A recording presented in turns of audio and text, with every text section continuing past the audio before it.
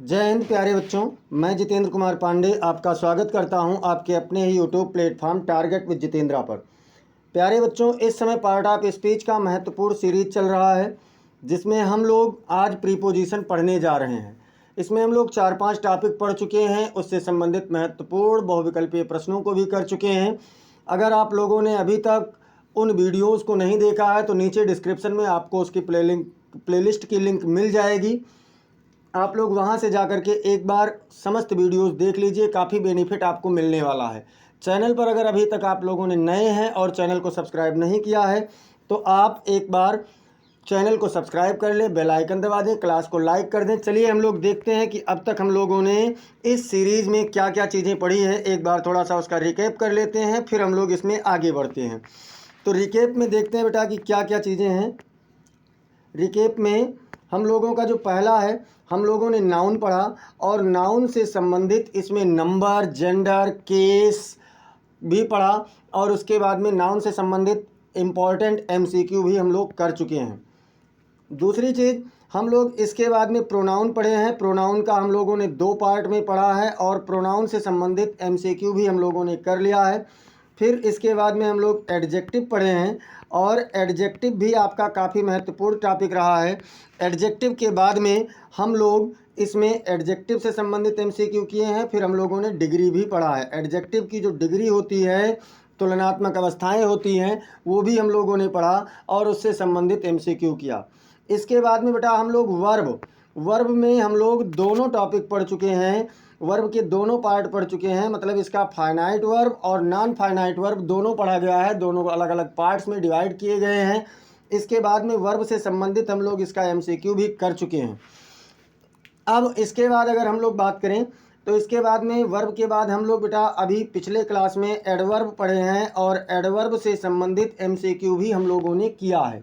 अगर अभी तक आप लोगों ने इन समस्त वीडियोज़ को नहीं देखा है तो यकीन मानिए YouTube पर पहली बार आपको बहुत ही शानदार तरीके से फुल कॉन्सेप्चुअल क्लास आप लोगों को दिया जा रहा है पार्ट ऑफ स्पीच का। आप सभी लोग उन समस्त वीडियोज़ को एक बार जा कर के डिस्क्रिप्शन में प्लेलिस्ट की लिंक से आप लोग वहां से देख सकते हैं। चलिए हम लोग आज की क्लास को शुरुआत करते हैं और शुरुआत करते हैं तो हम लोगों का आप लोग जैसा कि हेडिंग देख रहे हैं, द प्रीपोजिशन हर पेज पर आपको मिल रहा है। इस हेडिंग में प्रीपोजिशन है क्या, हम लोग पहले इसके बारे में थोड़ा सा चर्चा कर लें, परिभाषा को देख लें। तो क्या है बेटा, ए preposition is a word which is used before a noun और pronoun and shows its relation to the other noun or pronoun in a sentence। अब अगर आपसे कोई पूछे तो क्या बताएंगे? A preposition is a word which is used before a noun और प्रोनाउन, मतलब किसी संज्ञा या सर्वनाम से पहले प्रयोग होगा। And shows its relation to another या टू द अदर नाउन और प्रोनाउन इन ए सेंटेंस। अब इसको हिंदी में देख लेते हैं। एक संबंध बोधक अव्यय वह शब्द है जो किसी संज्ञा या सर्वनाम के पहले प्रयोग होकर उसका संबंध वाक्य में स्थित किसी दूसरे संज्ञा या सर्वनाम से प्रकट करता है। क्या काम करता है? तो वाक्य में ये किसी संज्ञा या सर्वनाम से पहले प्रयोग होगा और उसका संबंध वाक्य में स्थित किसी दूसरे संज्ञा या सर्वनाम से प्रकट करेगा। तो उसे हम क्या कहेंगे बेटा? उसे हम लोग प्रीपोजिशन कहेंगे, संबंधबोधक अव्यय कहेंगे। अब अगर कोई आपसे जैसे इसका एग्जाम्पल्स के लिए पूछे तो एग्जाम्पल्स चलिए हम लोग देख लेते हैं क्या है इसके एग्जाम्पल्स। एग्जाम्पल्स में है the book is on the table, यहाँ लाइज, हाँ book lies on the table, मतलब किताब मेज पर पड़ी हुई है। The cat run after a mouse, बिल्ली चूहे के पीछे दौड़ती है। और तीसरा वाक्य है आई एम विथ यू, मैं तुम्हारे साथ हूँ। और चौथा वाक्य है he has a chain of gold, उसके पास एक सोने की जंजीर है। अब देखिए इसमें थोड़ा सा एक्सप्लेनेशन देख लेते हैं। उपर्युक्त वाक्यों में बेटा जो आपका ऑन है, आफ्टर है, विथ है और ऑफ है, क्रमशः किसके किसके पहले? टेबल देखिए नाउन है, माउस क्या है? नाउन है, यू आपका प्रोनाउन है और गोल्ड आपका नाउन है। इनसे पहले प्रयोग होकर इनका संबंध बुक से, कैट से, आई से और ही से प्रकट करता है। जैसे आप पहले में देखिए तो आन कहाँ प्रयोग हुआ है? टेबल से पहले। आन टेबल से पहले प्रयोग हुआ और इसका संबंध, टेबल का संबंध किससे दर्शा रहा है? तो बुक से दर्शा रहा है। अगर हम बात करें दूसरे वाक्य में, तो आफ्टर कहाँ प्रयोग हुआ, ए माउस से पहले, और इसका संबंध कैट से दर्शा रहा है। ऐसे ही तीसरे वाक्य में विथ प्रयोग हुआ है यू से पहले और संबंध प्रकट कर रहा है आई से। और चौथे वाक्य में आप प्रयोग हुआ है गोल्ड से पहले और उसका संबंध प्रकट कर रहा है किससे, चैन से, चैन और ही से। ठीक है, तो इस प्रकार से हम लोगों ने देखा कि जो हमारा प्रीपोजिशन है ये किसी न किसी संज्ञा या सर्वनाम से पहले प्रयोग हो रहा है और उसका संबंध वाक्य में स्थित किसी दूसरे संज्ञा या सर्वनाम से प्रकट कर रहा है। अब हम लोग देखते हैं कि मतलब इसको क्लासिफिकेशन, तो क्लासिफिकेशन इसका बेटा दो आधार पर किया जाता है। पहला आधार क्या है, पहला आधार है classification of preposition on the basis of meaning, मतलब अर्थ के आधार पर संबंध बोधक अव्यय का वर्गीकरण। तो कितने हैं ये हम लोग देख लेते हैं, मतलब अर्थ के आधार पर कैसे करेंगे, और दूसरा क्या है वो भी अभी हम लोग देखेंगे। तो बेटा अर्थ के आधार पर क्या है, on the basis of the meaning, मतलब अर्थ के आधार पर prepositions can be classified as follows. प्रीपोजिशन को निम्नलिखित रूप से वर्गीकृत किया जा सकता है। क्या बताया कि जो आपके मतलब बेसिस यानी कि मीनिंग के आधार पर प्रीपोजिशन का संबंध बोधक अव्यय का वर्गीकरण निम्नलिखित प्रकार से हो सकता है। कौन कौन सा है इसके बारे में थोड़ा सा चर्चा करते हैं। पहला क्या है बेटा, प्रीपोजिशन ऑफ पर्पस, मतलब उद्देश्य, उद्देश्य का प्रीपोजिशन या संबंध बोधक जो उद्देश्य प्रकट करता है। जैसे विथ है, विथ क्या करता है, उद्देश्य प्रकट करता है। भाई साथ आप किसी के जा रहे हैं तो किस उद्देश्य से जा रहे हैं, आपका फॉर है, उद्देश्य प्रकट करता है। इसके बाद अगर हम लोग दूसरा देखें तो दूसरा क्या है, प्रीपोजिशन ऑफ टाइम। अब जो आपका प्रीपोजिशन ऑफ टाइम है ये क्या काम करता है, टू है इसमें, समय प्रकट करता है, टिल भी समय प्रकट करता है, before, after, from, within, at, for, since and during, ये सभी क्या है बेटा, तो ये सभी प्रीपोजिशन आपके संबंध प्रकट करने के लिए किए जाते हैं। इन सब का प्रयोग किस लिए होता है, तो इन सब का प्रयोग संबंध प्रकट करने के लिए होता है। जैसे बिफोर मीन्स पहले, टिल मीन्स तक, टू मतलब से, जैसे कहते हैं ना 4 to 6 o'clock मतलब 4 बजे से शाम 6 बजे तक। तो ये क्या है, ये आप लोगों का समय प्रकट करने वाले, फ्रॉम भी आपका समय प्रकट करता है, और उसके बाद विद इन है, विद इन समय सीमा के भीतर के लिए होता है, एट है तो ये आपका समय के लिए होता है, जैसे एट आफ्टरनून या एट द मिडनाइट, तो ये सभी क्या हैं, ये सभी आपके समय प्रकट करते हैं। फॉर है अनिश्चित समय है, सिंस निश्चित समय के लिए, और ड्यूरिंग क्या है, ये तो समय के लिए है ही। अब बात करते हैं प्रीपोजिशंस ऑफ पोजीशन, जो स्थान बताते हैं, पोजीशन बताते हैं। कौन कौन से, ऑन, ऑन मतलब पर है, इन माने में है, एट माने भी में है, बेलो मतलब नीचे, एबव माने ऊपर, ओवर मतलब ऊपर, एलॉन्ग मतलब किनारे, अंडर माने नीचे, आउटसाइड माने बाहर की ओर, इनसाइड मतलब भीतर की ओर, बिहाइंड मतलब पीछे, और नियर मतलब पास। तो इन सभी प्रीपोजिशन को अगर हम लोग बेटा एक बार देखें तो ये सभी प्रीपोजिशन कहीं ना कहीं किसी नाउन या प्रोनाउन के स्थिति को बताते हैं, उसके स्थान को बताते हैं कि वो कहाँ पर स्थित है। तो अब इसके बाद चौथा देखते हैं, तो क्या है, प्रीपोजिशन ऑफ डायरेक्शंस, मतलब जो दिशा को, निर्देश को बताता है। जैसे एट द डोर, भैया दरवाजे पर क्या कर रहा है, दरवाजे की ओर का दिशा बता रहा है। टू, ये भी जैसे गोइंग टू मार्केट या गोइंग टू स्कूल, तो ये क्या कर रहा है, ये भी तो दिशा, डायरेक्शन बता रहा है। फॉर भी डायरेक्शन बताता है, टुवर्ड मतलब की ओर, इनटू मतलब में, जैसे कमरे में जा रही है तो यहाँ पर क्या करेंगे, यहाँ पर आपका इनटू भी एक प्रकार से डायरेक्शन ही बता रहा है। फ्रॉम की बात करें तो फ्रॉम मतलब से होता है, ये भी डायरेक्शन बताता है, अलगाव। जैसे मान लीजिए कोई कह रहा है कि वह दिल्ली से आगरा जा रहा है, तो भैया दिल्ली से आगरा मतलब ये डायरेक्शन ही तो बता रहा है, और ऑफ मतलब से, ये भी अलगाव बताता है। अब इसके बाद में और देखते हैं क्या है बेटा, तो और अब आपका दूसरा आधार आ गया विभाजन का, वो कौन सा है, वर्गीकरण का दूसरा आधार क्या है, इसके बारे में देखते हैं। Classification of prepositions on the basis of form, मतलब रूप यानी संरचना या बनावट। तो संरचना के आधार पर संबंध बोधक अव्यय का वर्गीकरण। अगर हम बात करें बेटा कि संरचना के आधार पर संबंध बोधक अव्यय का वर्गीकरण कैसे किया जाएगा, तो कितने हैं वो हम लोग नीचे देखते हैं। क्या कहा कि क्लासिफाइड एज फॉलोज, मतलब नीचे जो दिया गया है उसके अनुसार हम लोग इसका वर्गीकरण कर सकते हैं। तो देखते हैं कि कौन कौन से हैं। तो पहले बेटा है सिंपल प्रीपोजिशन मतलब साधारण संबंध बोधक अव्यय। ऐसे अव्यय जो मूल शब्द हों। मूल शब्द मतलब ये हुआ कि उसमें ना तो कोई प्रीफिक्स हो, यानी कि ना तो कोई उपसर्ग हो, ना ही कोई सफिक्स हो, अर्थात कोई भी उसमें आपका उपसर्ग या प्रत्यय ना जुड़ा हुआ हो, या किसी दो शब्द से मिलकर के ना बने हों। तो ऐसे शब्दों को हम लोग क्या कहते हैं?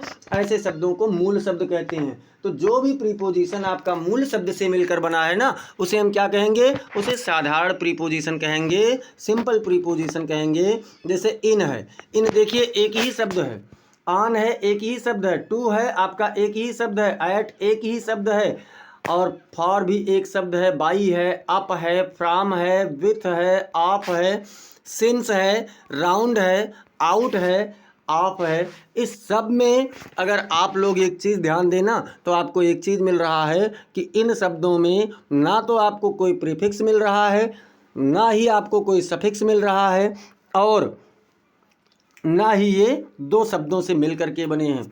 तो ऐसे शब्दों को हम क्या कहेंगे बेटा? ऐसे प्रीपोजिशन को सिंपल प्रीपोजिशन कहेंगे। अभी इनका एग्जाम्पल आपको वाक्यों में भी दिखाएंगे। अब हम बात करते हैं दूसरा हमारा क्या है? तो दूसरा क्या है बेटा? कंपाउंड प्रीपोजिशन, यानी कि संयुक्त संबंध बोधक अव्यय। अब संयुक्त किसे कहते हैं भैया? तो संयुक्त ऐसे शब्दों को कहते हैं जो किसी मतलब प्रीफिक्स या सफिक्स यानी उपसर्ग या प्रत्यय से मिलकर बने हों, या फिर दो शब्दों से मिलकर के बने हों। जैसे देख लीजिए इनटू क्या है? इन और टू दो शब्दों से मिलकर बना है, तो ये संयुक्त शब्द कहलाएगा, संयुक्त संबंध बोधक अव्यय कहलाएगा। विद इन है तो विथ और इन से मिलकर के बना हुआ है। अराउंड मतलब राउंड में आपका ए देख रहे हैं प्रीफिक्स लगा हुआ है। बिहाइंड, हाइंड में आपका बी लगा हुआ है। बिसाइड मतलब साइड में बी लगा हुआ है। टुवार्ड्स, टू और वार्ड्स दो शब्दों से मिलकर बना हुआ है। अपान, अप और आन दो शब्द से है। बिटवीन, इसमें बिट और बीन दोनों अलग अलग हैं। इनसाइड मतलब इन और साइड अलग अलग हैं। आउटसाइड में आउट और साइड अलग अलग हैं। अंडरनीथ, अंडर और नीथ अलग अलग दो शब्दों से मिलकर के बनते हैं। विदाउट में विथ और आउट है। इन सब में हमने एक चीज कॉमन देखा कि या तो शब्द प्रीफिक्स से मिलकर के बने हुए हैं, अर्थात या तो इसमें कोई उपसर्ग है, या फिर ये दो शब्दों से मिलकर के बने हुए हैं। तो इसलिए इन्हें क्या कहते हैं? इसलिए इन्हें संयुक्त संबंध बोधक अव्यय कहते हैं। इन्हें क्या बोलेंगे बेटा? तो इन्हें संयुक्त अव्यय बोला जाएगा। अब तीसरा नंबर है फ्राजल प्रीपोजिशन, यानी वाक्यांश संबंध बोधक अव्यय। फ्राजल मतलब होता है वाक्यांश। वाक्यांश क्या होते हैं? जो एक से अधिक शब्दों से मिलकर हों, लेकिन वो संयुक्त रूप में नहीं होते हैं, उसमें शब्द अलग अलग होते हैं। जैसे आप देख रहे हैं अकॉर्डिंग टू, यहाँ पर दो शब्द हैं, दोनों अलग अलग हैं, अकॉर्डिंग और टू। ऐसे ही है इंस्टीड ऑफ। अकॉर्डिंग टू मतलब होता है के अनुसार, इंस्टीड ऑफ मतलब होता है के बजाय, इन एडिशन टू मतलब होता है के अतिरिक्त, एकस्टम्ड टू मतलब होता है कोई जब वर्तमान काल की नियमित आदत को प्रकट करना होता है तो वहां पर प्रीपोजिशन एकस्टम्ड टू का प्रयोग किया जाता है। इसके बाद में ऑन पॉइंट ऑफ है, फॉर द सेक ऑफ है। तो ये सभी देख रहे हैं कि एक से अधिक शब्दों से है। ऐसे आप लोगों का अबाउट टू है, ये सभी आप लोग देख रहे हैं कि ये सभी शब्द एक से अधिक शब्दों से मिलकर के बना हुआ है और इसमें सारे शब्द अलग अलग हैं। तो ऐसे प्रीपोजिशन को हम लोग फ्रेजल प्रीपोजिशन यानी वाक्यांश संबंध बोधक अव्यय कहते हैं। अब हम लोग चलते हैं बेटा, और क्या है? और है बाबू आपका चौथा नंबर है पार्टिसिपल प्रीपोजिशन, मतलब कृदंत संबंध बोधक। पार्टिसिपल किससे बनता है? पार्टिसिपल मतलब होता है कृदंत। अब कृदंत क्या है? जो बच्चे प्रत्यय पढ़े होंगे हिंदी में, तो प्रत्यय में आप लोगों को, अगर नहीं पढ़े हैं तो मैं प्रत्यय आपको पढ़ाऊंगा। और प्रत्यय में आपको मिलता है दो प्रकार का, एक तो कृत प्रत्यय, दूसरा तद्धित प्रत्यय। तो जो कृत प्रत्यय से बने हुए शब्द होते हैं वह कृदंत कहलाते हैं, और जो तद्धित प्रत्यय से बने हुए शब्द होते हैं उन्हें तद्धितांत कहते हैं। तो अगर हम बात करें प्रीपोजिशन की, पार्टिसिपल प्रीपोजिशन की, तो उसमें क्या आता है? उसमें रिगार्डिंग आता है। देखिए प्रीपोजिशन यानी पार्टिसिपल प्रीपोजिशन जो होता है, इसमें सब प्रेजेंट पार्टिसिपल में होते हैं। जैसे रिगार्डिंग मतलब देखते हुए, इंक्लूडिंग मतलब सम्मिलित करते हुए, कंसीडरिंग मतलब विचार करते हुए, और एक्सक्लूडिंग मतलब बाहर की ओर मतलब बहिष्कृत करते हुए, उसको हम लोग क्या कहते हैं? उसको हम लोग प्रीपोजिशन मतलब पार्टिसिपल प्रीपोजिशन कहते हैं। अब हम लोग बात करते हैं किसके बारे में? तो अब हम लोगों का है ऑन, अपान, ओवर। देखिए ऑन है, अपान है, ओवर है, अप है, एबव है और एट है। इन सब का अर्थ पर या ऊपर होता है। क्या होता है, मतलब एक साथ कितने शब्द हैं, आन हो गया, अपान हो गया 2, ओवर हो गया 3, अप हो गया 4, एबव हो गया 5 और एट हो गया 6। तो हमने देखा कि 6 शब्दों का एक ही अर्थ होता है, या तो पर या तो ऊपर। ऐसे ही दूसरा point in, into, with in और एट, मतलब 4 शब्दों का अर्थ में या भीतर होता है। क्या होता है, या तो में होता है या तो भीतर होता है। ऐसे बाई, फ्रॉम, विथ और ऑफ, इन सब का अर्थ से होता है। क्या होता है बेटा, से। अब बड़ी कन्फ्यूज़न हुई। अब कन्फ्यूज़न हम लोगों के सामने भ्रम ये हुआ कि हम कहाँ पर क्या लगाएं। भाई हर जगह तो हर शब्द सही नहीं हो सकता। कहीं पर आपका आन सही होगा तो कहीं पर अपान सही होगा, तो कहीं पर आपका ओवर सही होगा, कहीं पर अप सही होगा, कहीं पर एबव सही होगा। अर्थात ये सारे शब्द ऐसे नहीं हैं कि जहाँ चाहो वहाँ इन्हें उठा करके लगा दो। मल्टीपल नहीं है कि आप एक ही उद्देश्य, मतलब एक ही शब्द को अलग अलग जगहों पर अलग अलग उद्देश्य के लिए प्रयोग कर सकते हैं। तो हम लोग देखते हैं आज बहुत ही महत्वपूर्ण सीरीज है बेटा, बहुत ही इम्पॉर्टेंट सीरीज है, वेरी वेरी इंपॉर्टेंट सीरीज, जिसमें बच्चे अक्सर बहुविकल्पीय प्रश्नों में गलती कर देते हैं या अन्य चीज़ों में गलती कर देते हैं, या जब आपके सामने सिंटैक्स यानी फाइंड एरर वाले वाक्य आते हैं तो आप उसमें भी गलती कर देते हैं। तो वो गलतियां ना हो इसलिए मैंने बहुत इंपॉर्टेंट सीरीज बनाया है इसका। और देखते हैं कि अब है क्या। तो देखते हैं पहले आन के प्रयोग को। जब एक वस्तु के ऊपर दूसरा स्थिर हो, दूसरा वस्तु स्थिर हो और एक दूसरे को स्पर्श करता हो, तो किसका प्रयोग करेंगे, तो आन का प्रयोग करेंगे। जब एक के ऊपर दूसरा स्थिर हो और एक दूसरे को छूते हो तो वहाँ पर किसका प्रयोग होगा, आन का प्रयोग होगा। जैसे कहा गया the book is on the table, किताब मेज पर है। अब यहाँ आप अगर थोड़ा सा ध्यान देंगे ना तो किताब मेज के ऊपर स्थित है। किताब कोई दौड़ने भागने वाली चीज़ नहीं है। तो जब किताब स्थिर है मेज के ऊपर, और किताब और मेज एक दूसरे को छुएंगे कि नहीं छुएंगे। अगर आपके सामने रखा है मेज या कोई भी चीज़ रखी है, आप उस पर किताब को रख करके देख लीजिए, बिना छुए एक दूसरे के ऊपर आ ही नहीं सकते हैं, और इसमें से किताब दौड़ेगी भी नहीं। तो इसलिए यहाँ पर आन का प्रयोग हुआ। अब अपान में देखते हैं, जब एक वस्तु के ऊपर दूसरा गतिमान हो तो अपान का प्रयोग करते हैं। अभी ऊपर वाले में हमने आन वाले में क्या कहा कि स्थिर हो, और इसमें क्या है, गतिमान हो। तो जब गतिमान होगा एक के ऊपर दूसरा तो अपान का प्रयोग करेंगे। जैसे the monkey is jumping upon the roof, बंदर छत पर कूद रहा है, बंदर छत पर कूद रहा है। देखिए जब बंदर कूदेगा छत पर तो बंदर गतिमान है कि नहीं है, नीचे वाला गतिमान है कि नहीं है, इससे हमें कोई फर्क नहीं पड़ता। लेकिन अगर ऊपर वाला गतिमान है तो वहाँ पर अपान का प्रयोग किया जाएगा। ठीक है, अगर ऊपर वाला गतिमान है तो अपान का प्रयोग वहाँ पर होगा। अब हम लोग चलते हैं बेटा अगले की ओर। अगला हमारा क्या कह रहा है देखते हैं।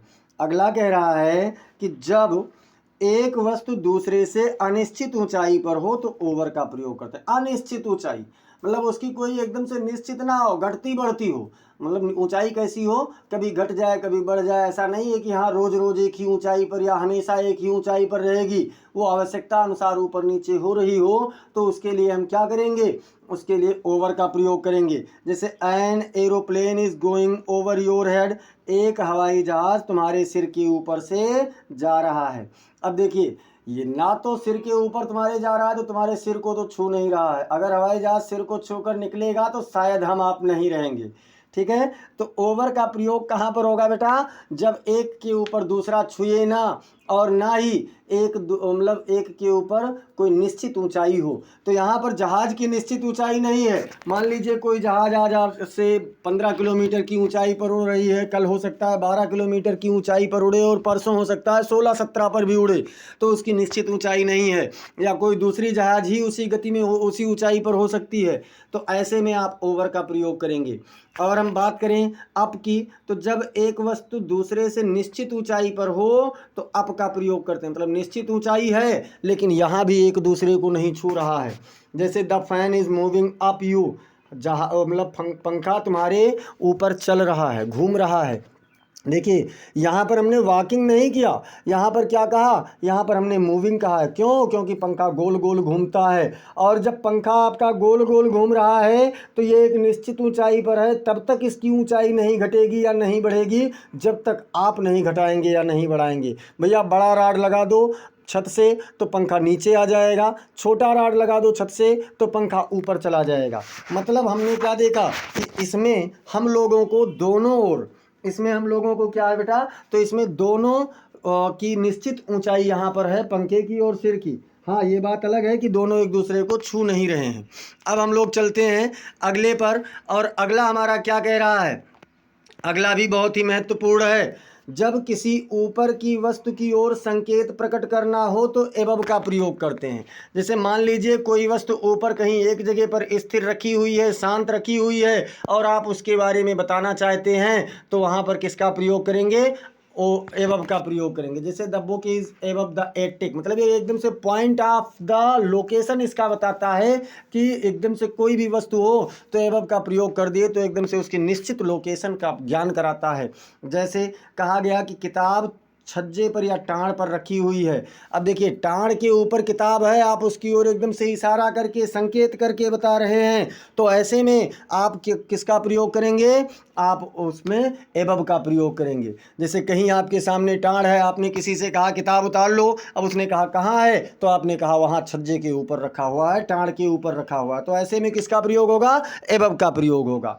अब हम बात करते हैं जब एक वस्तु दूसरे के ऊपर ना हो, केवल भाव हो, तो ऐट का प्रयोग करते हैं। जैसे कभी यहाँ तो हर चीज़ हमने देखा कि ऊपर है, कोई चीज़ छू रहा है तो कोई चीज़ नहीं छू रहा है, लेकिन ऐट वाले में बेटा नहीं छुएगा और ना ही निश्चित रूप से ऊपर होगा, यहाँ पर केवल भाव होगा। जैसे someone is knocking at the door, कोई दरवाजे पर खटखटा रहा है। भैया क्या वो दरवाजे के ऊपर थोड़े ही खड़ा है, आप कहते हैं मैं बस अड्डे पर हूँ तो क्या आप बस अड्डे के छत पर जाकर खड़े होते हैं, या कोई कहता है कि स्टेशन पर हूँ तो क्या वो स्टेशन के ऊपर खड़ा होता है, ऐसा नहीं है। वहाँ पर एक के ऊपर दूसरा नहीं है, केवल भाव है, बता रहे हैं, तो ऐसी स्थिति में किसका प्रयोग करेंगे, ऐसी स्थिति में ऐट का प्रयोग करेंगे। अब हम लोग चलते हैं बेटा अगले प्रश्न की ओर, मतलब अगले पेज की ओर। अब यहाँ देखिए अभी तक आपने पर या ऊपर की अंग्रेजी को देखा है, पर या ऊपर की। अब हम लोग देखेंगे किसकी अंग्रेजी, तो अब हम लोग देखेंगे में या फिर भीतर की अंग्रेजी। तो क्या कह रहे हैं कि जब एक के भीतर दूसरा स्थिर हो, क्या है बेटा, एक के भीतर दूसरा शांत हो, स्थिर हो, तो वहाँ पर इन का प्रयोग करते हैं। किसका प्रयोग करेंगे, इन का प्रयोग। जैसे he is sleeping in the room, वह कमरे में सो रहा है। अब देखिए वह कमरे के भीतर है कि नहीं है, तो है। और अगर हम बात करें तो वह कमरे के भीतर है लेकिन कमरे के भीतर सो रहा है, सो रहा है अर्थात स्थिर है, सो रहा है अर्थात स्थिर है, तो ऐसी अवस्था में किसका प्रयोग किया गया, इन का प्रयोग किया गया। किसका, इन का। अब हम बात करेंगे कि तो फिर इनटू का प्रयोग कहाँ पर करते हैं सर जी, तो इनटू का प्रयोग भी आप लोग देख लीजिए कि कहाँ पर करते हैं सर जी। तो इनटू का प्रयोग कहाँ पर किया जाएगा, इनटू का प्रयोग हम लोग करेंगे जब एक के भीतर दूसरा गतिमान हो तो इनटू का प्रयोग करते हैं। किसका प्रयोग, इनटू का। जब एक के भीतर दूसरा गतिमान हो, जैसे she is dancing into the room, वह कमरे में नाच रही है। तो भैया कमरे में जब वह नाच रही है ना तो गति तो कर रही है ना, तो गतिमान है कि नहीं है, भाई नाचेगी तो स्टेप लेगी और स्टेप लेगी तो वो गति करेगी, तो वहाँ पर कमरे के तो भीतर है लेकिन स्थिर नहीं है, इसलिए इनटू का प्रयोग किया गया। जब स्थिर होगी तो किसका प्रयोग होगा, इन का प्रयोग होगा। तो यहाँ पर हम लोगों ने क्या देखा कि अगर गतिमान है तो इनटू और स्थिर है तो इन का प्रयोग हम लोग करेंगे। अब हम चलते हैं अगले पेज पर और देख लीजिए इनका प्रयोग और चीज़ है। समय सीमा की समाप्ति के लिए इन, जब अगर मान लीजिए कोई समय समाप्त हो रहा है ना तो एकदम से समाप्ति तक को दर्शाने के लिए इनका प्रयोग करेंगे, तथा समय के भीतर के लिए विदिन का प्रयोग करते हैं। दो कंडीशन यहाँ पर दिया कि अगर कोई चीज़ एकदम से समय सीमा की समाप्ति पर है, समय के अंत पर है, तो उसके लिए इनका प्रयोग होगा, लेकिन अगर कोई चीज़ समय सीमा के भीतर है तो उसके लिए इनटू का प्रयोग, विदिन का प्रयोग होगा। किसका प्रयोग, विदिन का। जैसे he will do it in 2 days, वह इसे 2 दिनों में करेगा। 2 दिनों में करेगा, इन लगा है मतलब 2 दिन के अंत तक में करेगा। लेकिन वही चीज़ कह रहे हैं, I will do it with in 2 days, मैं इसे 2 दिन के भीतर अवश्य कर लूँगा। यहाँ पर देखिए, यहाँ पर पूरी मजबूती के साथ, पूरे बल के साथ कहा जा रहा है कि मैं इसे 2 दिन के भीतर अवश्य कर लूँगा। लेकिन अगर आप इसके ऊपर वाले वाक्य में देखिए तो वहाँ पर उतनी मजबूती, उतना बल नहीं है, इसलिए ऊपर वाले वाक्य में इन का प्रयोग किया गया, क्योंकि 2 दिन में कह रहा है तो 2 दिन के अंत तक में करेगा। लेकिन यहाँ पर क्या है, यहाँ पर कह रहा है कि 2 दिन के भीतर कर लूँगा। भैया 2 दिन के भीतर, 2 दिन के अंत में नहीं, 2 दिन के भीतर ही ये काम आपका हो जाएगा। अब देखते हैं अगले की पेज की ओर। अगला पेज हमारा कह रहा है कि बड़े स्थान के लिए इन तथा छोटे स्थान के लिए ऐट का प्रयोग करते हैं। देखिए इन का प्रयोग कई जगह है, ध्यान रखना। ऐट मतलब भी में होता है और ऐट मतलब पर भी होता है। तो जब मान लीजिए में के अर्थ में हो, तो जब बड़ा स्थान होगा तो उसके लिए किसका प्रयोग होगा, उसके लिए इन का प्रयोग होगा। और छोटा स्थान होगा तो उसके लिए ऐट का प्रयोग होगा। जैसे क्या कहा गया, he lived in Lucknow at Gomti Nagar, वह लखनऊ में गोमती नगर में रहता है। क्या कहा गया कि वह लखनऊ में गोमती नगर में रहता है।